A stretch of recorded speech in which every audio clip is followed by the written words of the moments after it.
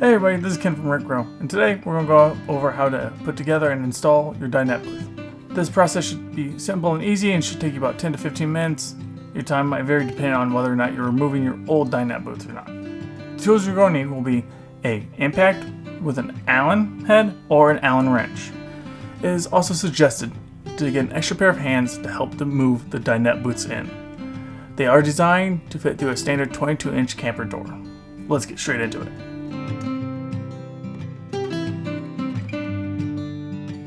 Once you're done unboxing your Dinettes, go ahead and bring the pieces into your RV. This is where the second hand is recommended, just to make sure everything goes smooth and does not get damaged.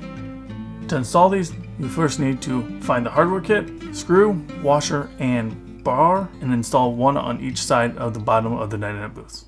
To find these holes, you will need to push down on the cushion to reveal them on each side.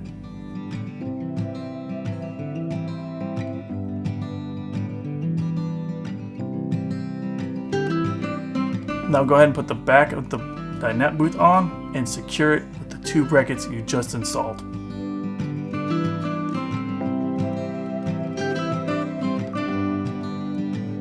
Now go ahead and put the middle bracket into place and secure it with two more screws. Then go ahead and secure the back cushion onto the Dinette booth and move the Dinette booth into place. As you see, this was a quick and easy install. Again, it should only take you about 10 to 15 minutes.